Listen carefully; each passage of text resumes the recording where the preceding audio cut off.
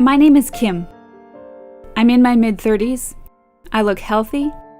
I'm active. I write. I do a little modeling.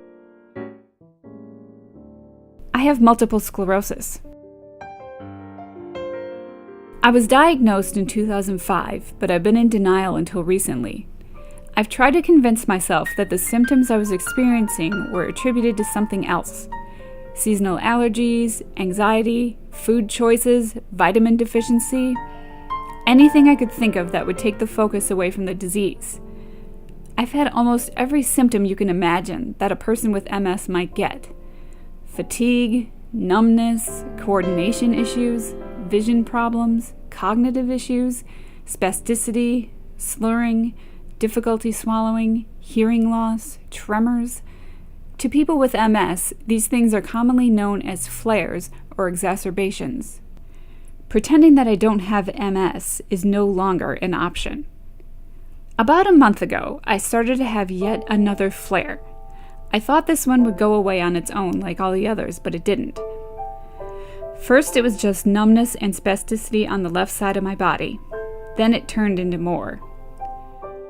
I cannot focus my eyes a lot of times. They look to the left. I can't bring them very easily to the front. My hearing is amplified. I hear ringing in my ears very loud. I hear a background sound which sounds like when your washer is on spin cycle. That just goes on and on and on. And it's been going on for days. The entire left side of my body is numb. I can't coordinate my movements very well, so it's very hard to walk. Everything is tight. I have a lot of fatigue. I take a lot of naps all the time. Naps. I can't see the TV at all. I can't read, can't use a computer unless I'm right up to it. And that's only for like a minute or two. I'm very uncomfortable. My husband Chris is amazing.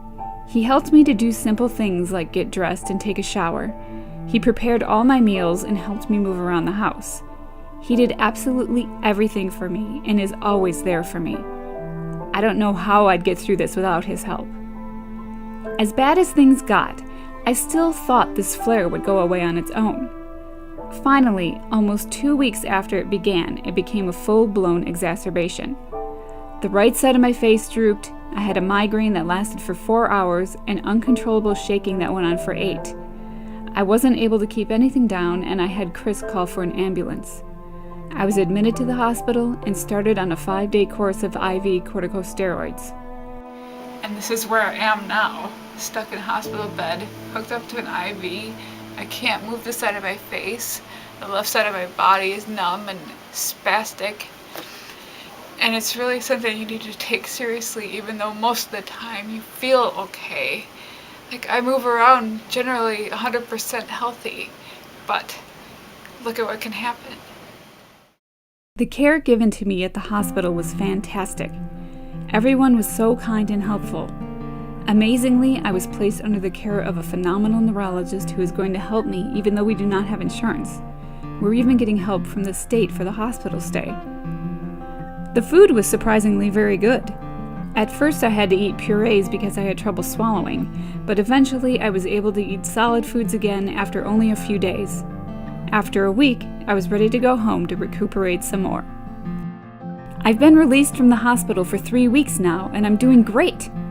I still have spasticity and numbness on my left side, and my right eye is still having trouble moving to the right, but my face is back to normal, my hearing is almost completely normal, and I'm able to move around and do most things the way I did before the flare.